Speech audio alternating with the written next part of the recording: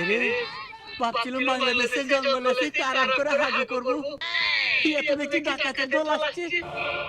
আমি বরং বেগে যাই। নেতাজি মনে হয় পুলিশ।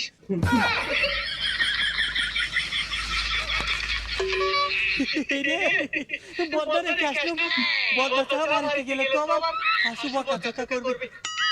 আমি বরং বদলাটা নিয়ে আসি।